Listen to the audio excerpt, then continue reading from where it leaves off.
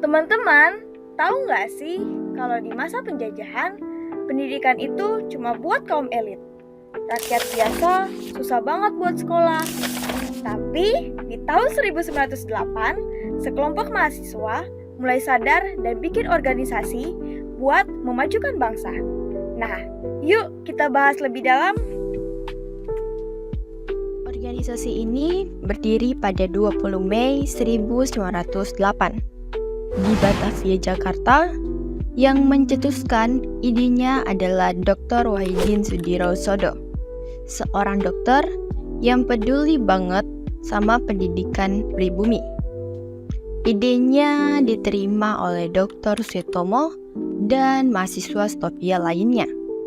Lalu mereka mendirikan organisasi ini.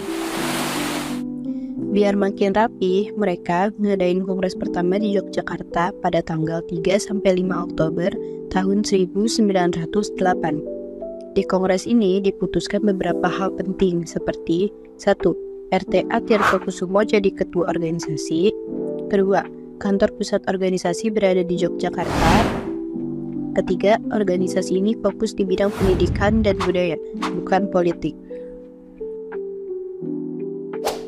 Jadi, organisasi ini bersifat sosial, budaya, dan pendidikan. Mereka mau meningkatkan kualitas hidup pribumi lewat pendidikan dan kebudayaan, tanpa terlibat politik.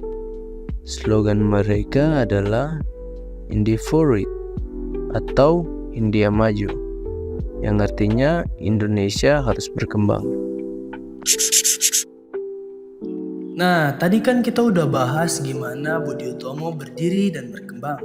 Tapi ternyata organisasi ini gak bertahan lama. Banyak anggota yang mulai merasa kecewa karena Budi Utomo dianggap terlalu pasif dan gak berani melawan penjajah. Akibatnya, banyak tokoh yang keluar dan mendirikan organisasi baru yang lebih aktif di bidang politik. Selain itu, ada beberapa faktor yang bikin Budi Utomo semakin melemah. Yang pertama, karena keanggotaannya yang terbatas. Jadi, Budi Utomo didominasi priai dan kaum terpelajar, sehingga rakyat kecil sulit untuk ikut terlibat. Akibatnya, organisasi ini kurang menyentuh seluruh lapisan masyarakat. Yang kedua, kurang fokus dalam perjuangan politik. Saat organisasi lain berani melawan penjajah, Budi Utomo tetap berfokus di bidang pendidikan dan budaya. Hal ini bikin banyak anggotanya merasa perjuangan mereka kurang berdampak besar. Dan faktor yang ketiga, faktor yang terakhir, ada pengaruh pemerintahan kolonial. Belanda mendukung organisasi yang tidak menantang mereka, seperti Budi Utomo salah satu contohnya, membuat banyak anggotanya memilih bergabung dengan organisasi lain yang lebih berani. Nah teman-teman, tadi kita udah bahas perjalanan Budi Utomo dari awal berdiri hingga mengalami kemunduran. Tetapi perjuangan mereka gak berhenti di situ. Walaupun bubar, pengaruh Budi Utomo tetap besar dan meninggalkan dampak penting. Di antaranya, yang pertama, pelopor organisasi modern. Budi Utomo membuka jalan bagi organisasi pribumi lainnya, baik di bidang sosial, budaya, maupun politik. Yang kedua, membangkitkan kesadaran nasional. Sebelumnya, rakyat lebih mementingkan daerah masing-masing. Setelah Budi Utomo muncul, semangat persatuan mulai tumbuh. Jadi cikal bakal perjuangan kemerdekaan.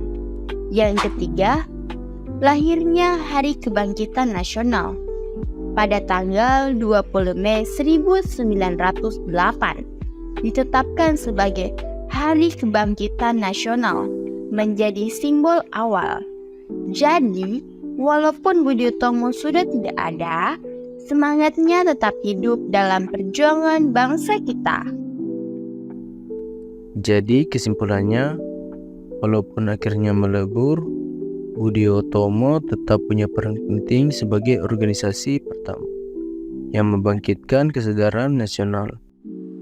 Jadi, kesimpulannya, maka tanggal 20 Mei ditetapkan sebagai Hari Kebangkitan Nasional untuk mengenang perjuangan mereka. Setiap perubahan besar pasti dimulai dari langkah kecil. Mereka sudah memulai. Sekarang, giliran kita untuk terus membangun bangsa. Bukan cuma mengenang sejarah, kita juga harus meneruskan semangat mereka dengan terus belajar dan berkontribusi untuk negeri. Terima kasih sudah menonton video ini. Jangan lupa like, komen, subscribe, dan share biar makin banyak yang tahu sejarah Indonesia.